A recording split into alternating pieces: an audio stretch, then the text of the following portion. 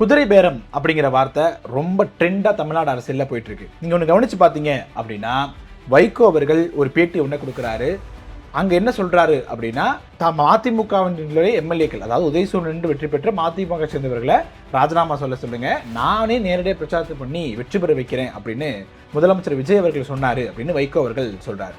இந்த பக்கம் செந்தில் பாலாஜி அவர்கள் தூண்டுதலின் பேரில் ஒரு 3 நபர்கள் தாவேகாவினுடைய எம்எல்ஏக்கள்கிட்ட பேரம் பேசினாங்க 35 கோடி ரூபாய் வரைக்கும் அப்படின்னு இந்த பக்கம் ஒரு பேச்சு அடிபட்டு இருக்கு. இதெல்லாம் ஒரு பக்கம் நடந்துட்டு இருக்கும் பொழுது இன்னொரு பக்கம் பாஜக முற்றிலுமாக அமைதியாகவே இருக்கிறாங்க அப்படிங்கிற ஒரு சுச்சுவேஷன். அதாவது இதுக்கு முன்பு பார்த்தீங்க அப்படின்னா எது நடந்தாலுமே அதற்கு பின்னாக பாஜகவினுடைய செயல்பாடு இருக்குது அப்படிங்கிற குற்றச்சாட்டை எல்லா தரப்பும் வச்சுக்கிட்டு இருக்கும் பொழுது இங்கே தமிழ்நாட்டு அரசு இப்போ இருக்கக்கூடிய நிலவரத்தை பார்த்தீங்கன்னா அதிமுக, திமுக, டிவிகேக்குள்ளே மட்டும்தான் இருக்குது. பாஜகங்கிற பேச்சு அடிபடாமலே இருக்குது. இதற்கு என்ன காரணமாக இருக்கும் அப்படின்னு நினைக்கிறீங்க? ஏன்னா சி விஜயபாஸ்கராலும் சரி, எம்ஆர் விஜயபாஸ்கர் இருந்தாலும் சரி, அதிகமான வழக்குகள் அமலாக்கத்துறையில் நிறைவேறிக்கும் பொழுது எப்படி பாஜகவினுடைய ஆதரவு இல்லாமல் அவங்களால டிவிக்கில் போய் இணைய முடியும் அப்படிங்கிற முக்கியமான ஒரு பார்வையை முன்வைக்கிறாங்க. இது தொடர்பாக தான் இந்த வீடியோ முழுதும் பேச போகிறோம். வாங்க பார்க்கலாம்.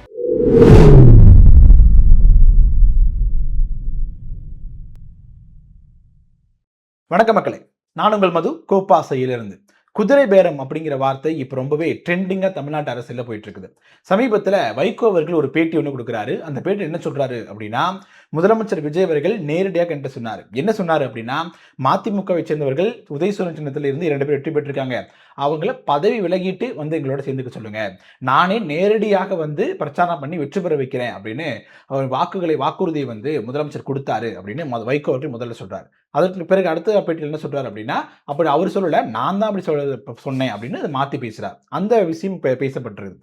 இன்னொரு பக்கம் இப்போ இன்னைக்கு என்ன ட்ரெண்டிங்காக போயிட்டு இருக்கு அப்படின்னா, செந்தில் பாலாஜி அவர்களுடைய தூண்டுதலின் பேரில் 3 நபர்கள் வந்து தாவேகாவினுடைய எம்எல்ஏக்கள்கிட்ட பேரம் பேசினாங்க. அது 35 கோடி ரூபாய் வரைக்கும் பேரம் பேசினாங்க.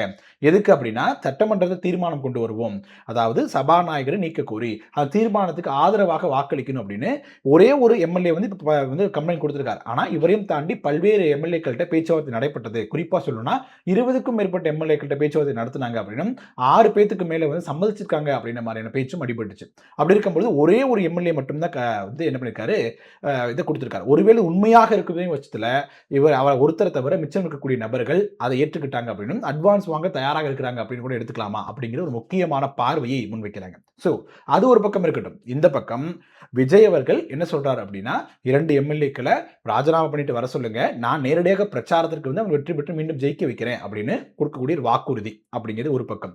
இன்னொரு பக்கம், நான் 35 கோடி ரூபாய் தரோம், எங்களுக்கு ஆதரவாக வாக்களிங்க அப்படின்னு இவங்க சொல்லக்கூடிய குற்றச்சாட்டு ஒருவேளை உண்மையாக இருக்கும் பட்சத்தில் அது இரண்டுத்துக்கும் என்ன வித்தியாசம்? நீங்க பணம் அப்படிங்கிற விஷயம், இங்க இருந்து நேரடியாக பிரச்சாரம் பண்ணி தரேன் அப்படிங்கிற ஒரு வாக்குறுதி, ரெண்டுமே என்னதான் அப்படின்னா குதிரை பேரம் தான் அப்படிங்கிற அடிப்படையில் தான் வரும் அப்படிங்கிற ஒரு முக்கியமான பார்வையை அரசியல் கட்சி விமர்சகர்கள் வைக்கிறாங்க. ஸோ 35 கோடி ரூபாய் தரேன், நீங்க பதவி விலங்கு அப்படின்னு சொல்வதும், வாக்குறுதி கொடுக்குறேன் உங்களை ஜெயிக்க வைக்கிறேன்னு சொல்றதும் ஒரே குதிரை பேரம் தானே. அப்ப செந்தில் பாலாஜி அவர்கள் மீது எஃப்ஐஆர் போட்டு வழக்கு பதிவு செய்யணும் அப்படின்னா, அதே மாதிரி போன்ற இன்னொரு வேறு விதமான வாக்குறுதி கொடுத்த சிஎம்ஆர் இருக்கக்கூடிய விஜய் அவர்கள் மீதும் வழக்கு தொடர்ந்துவிடும் அப்படிங்கிற மாதிரி குற்றச்சாட்டை திமுக தரப்பிலிருந்து முன் வச்சிட்டு இருக்காங்க அப்படிங்கிறதும் இதை கவனிக்கப்பட வேண்டிய விஷயமாக இருக்குது.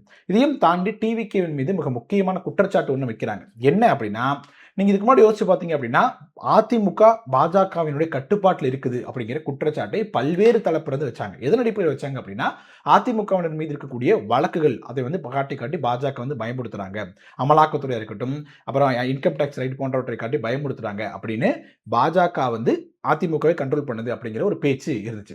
ஸோ அதே நிலை தான் இப்பயும் இருக்குது. இப்பயும் அதிமுக காரங்கிட்ட அந்த ஒரு வழக்குகள்லாம் இருக்குது, அவர்கள் மேலே வந்து வழக்குகள் இருக்கு. இப்போ கரூர் தொகுதியை தேர்தல் எம்ஆர் விஜயபாஸ்கர் அவர்கள் மீது அவருடைய வேட்புமனுவில் பார்த்தீங்க அப்படின்னா 4-5 பக்கங்களுக்கு மொத்தமாக அவர் மீது இருக்கக்கூடிய வழக்குகள் மட்டுமே இருக்கும்.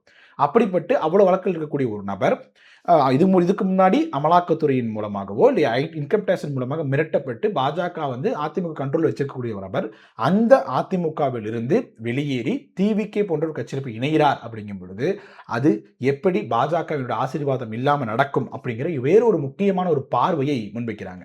எதனால் அந்த பார்வை வைக்கிறாங்க அப்படின்னா, நம்ம கூட்டணி அமைக்கிறதாக இருக்கட்டும், எந்த காய்கள் எங்கே நகர்த்தப்பட வேண்டும் அப்படிங்கிறத தொடங்கி கொங்கு மண்டலத்தினுடைய செயல்பாடுகளை தொடங்கி கூட்டணி பேச்சுவார்த்தை தொடங்கி சீட் பகிர்வுகளை தொடங்கி எல்லாத்திற்குமே இது போன்ற வழக்குகள் தான் அதிமுக அழுத்தத்துக்கு காரணமாக இருக்குது அப்படிங்கிற ஒரு குற்றச்சாட்டு இருக்கும் பொழுது 2 நபர்கள், அதாவது முன்னாள் அமைச்சர்களா இருக்கிறாங்க, பல்வேறு குற்றச்சாட்டுகள் அவங்க மீது இருக்குது அப்படின்னு சொல்லப்படும் பொழுது, அமலாக்கத்துறை வழக்குகள் அவர்கள் மீது இருக்கும் பொழுது, ஏன் பாஜக அவர்களை தடுக்கல? அதாவது அதிமுகவிலிருந்து வெளியேறி இந்த கூட்டணி கட்சி அதிமுகவிலிருந்து வெளியேறது ஏன் பாஜக தடுக்கல? அப்படிங்கிற முக்கியமான ஒரு கேள்வியும், ஒரு சந்தேகத்தையும் அரசியல் விமர்சகர்கள் வைக்கிறாங்க. அதற்கு இன்னொரு விதமான ஒரு பார்வையை முன்வைக்கிறாங்க. என்ன சொல்றாங்க அப்படின்னா, பாஜக இதை வேண்டுமென்றே செய்றாங்க அப்படின்னும், அதாவது பாஜக செய்றாங்க அப்படின்னு தாண்டி பாஜக ஒதுங்கி நின்று வேடிக்கை மட்டும் பார்க்கிறாங்க அப்படின்னும் ஒரு பார்வையை முன்வைக்கிறாங்க. எதற்காக? அதிமுக பலவீனப்படுவதனால பாஜகவிற்கு என்ன லாபம் அப்படிங்கிற ஒரு பார்வையை முன்வைக்கிறாங்க. அதாவது இப்ப 3 முனையாக இருக்குது தமிழ்நாடு அரசியல் களம். அதாவது 70 தொகுதிகள் வரைக்கும் திமுக கூட்டணியும் 40, 45 தொகுதிகள் வரைக்கும் அதிமுக வெற்றி பெற்றிருந்தாங்க.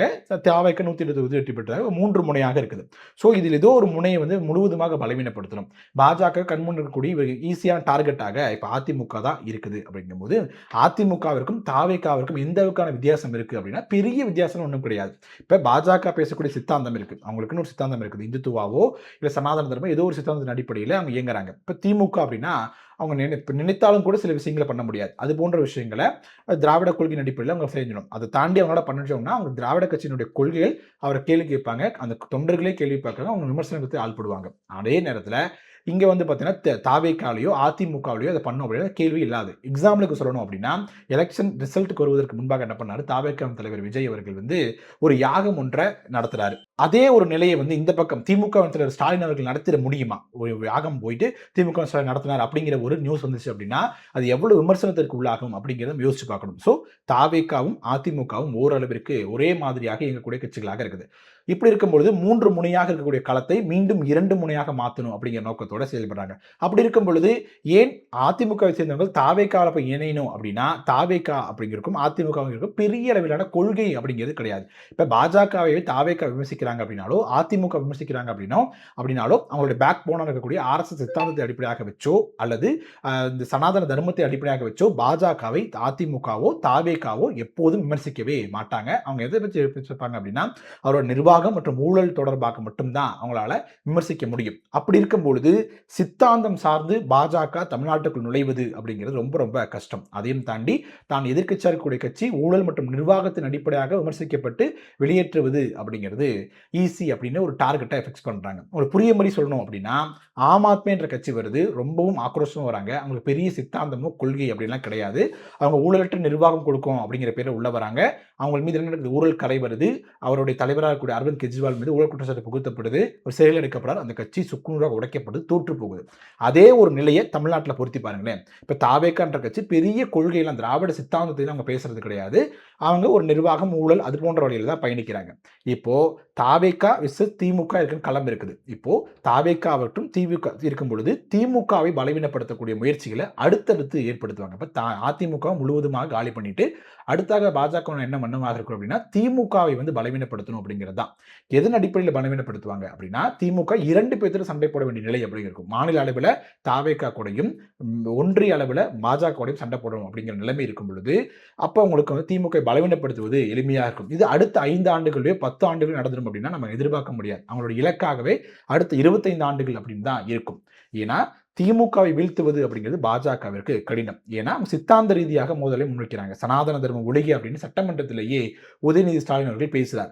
அப்படி இருக்கும் பொழுது சித்தாந்த அடிப்படையாக வச்சு தமிழ்நாட்டிற்குள்ள பாஜக நுழைய முடியாது அப்படிங்கிற மாதிரி வைக்கும் பொழுது தவிகவின் உதவியோட பாஜக திமுகவை வந்து ஓரம் கட்டுறாங்க அப்படின்னா அடுத்த 25 ஆண்டுகளுக்குள்ள அந்த இடத்துல பாஜக வந்து தன்னை நிலைநிறுத்திக் கொள்ளும் பொழுது தவிகவை எதிர்ப்பாங்க. எதன் அடிப்படையில் எடுப்பாங்க அப்படின்னா, நிர்வாக ஊழல் மற்றும் நிர்வாக குறைபாடுகள் இருக்கும். அடுத்த போன்ற குறைபாடுகளை முன்னிறுத்தி பாஜக தவிகவை மிக எளிமையாக வீழ்த்திடும். அந்த இடத்துல சித்தாந்தத்தையோ இந்துத்துவாவையோ அவங்க பேச வேண்டிய அவசியம் இல்லை அப்படிங்கிறது தான் ஒரு பாஜகவுடைய மிக நீண்ட திட்டமாக இருக்குது அப்படிங்கிற முக்கியமான ஒரு விசித்திரமான ஒரு பார்வையை அரசு விமர்சகர்கள் முன்வைக்கிறாங்க. ஓகே மக்களே, நம்ம வீடியோவோட இறுதி பகுதிக்கு வந்துட்டோம். இது கொஞ்சம் சிக்கலான ஒரு மாதிரியான ஒரு வீடியோவாக தந்திருக்கும். இது பேசப்பட்ட கருத்துக்கள் அப்படிங்கிறது இதில் சிறிய பேருக்கு புரியாமல் கூட இருந்திருக்கலாம். இது வந்து பார்த்தீங்க அப்படின்னா ஒரு சித்தாந்த மோதலாக ஒரு ஷார்ட்டாக சொல்லணும் அப்படின்னா, பாஜக சித்தாந்தத்தின் அடிப்படையில் ஒரு தமிழ்நாட்டுக்குள் நுழைவது அப்படிங்கிறது கஷ்டம் அப்படின்னும், அதை தவிர்த்துட்டு தன்னை எதிர்க்கக்கூடியவர்கள் சித்தாந்த அடிப்படையில் எதிர்க்காதவர்களாக ஒருத்தராக இருக்கும் பொழுது அவர்களை வந்து நம்ம நிர்வாகம் மற்றும் ஊழலை மட்டும் மையமாக வச்சு எதிர்க்கும் பொழுது நமக்கு எளிமை அப்படிங்கிற ஒரு காய் நகர்த்தலை பாஜக செய்கிறாங்க அப்படிங்கிற ஒரு முக்கியமான குற்றச்சாட்டை வைக்கிறாங்க அப்படிங்கிறது தான் இந்த முழு வீடியோனுடைய ஒரு ஷார்ட்டான ஒரு ஃபார்மேட் அப்படின்னு சொல்லலாம். ஓகே மக்களே, இந்த வீடியோ தொடர்பான உங்களுடைய கருத்துக்கள் என்ன? பாஜக இந்த நடக்கக்கூடிய இவ்வளோ விஷயம் நடக்குது இல்லையா, இது பாஜக சைலண்டாகவே இருக்கிறாங்களே அப்படிங்கிறது ஏன் அப்படின்னு நினைக்கிறீங்க? உங்களோட கருத்துக்கள் என்ன அப்படிங்கிறத கமெண்ட் செக்ஷனில் சொல்லுங்கள். வீடியோ பிடிச்சிருந்துச்சு அப்படின்னா லைக் பண்ணுங்கள், ஷேர் பண்ணுங்கள், கோபாஸ் யூடியூப் சேனல் சப்ஸ்கிரைப் பண்ணிக்கோங்க. தொடர்ந்து பேசுவோம். நன்றி.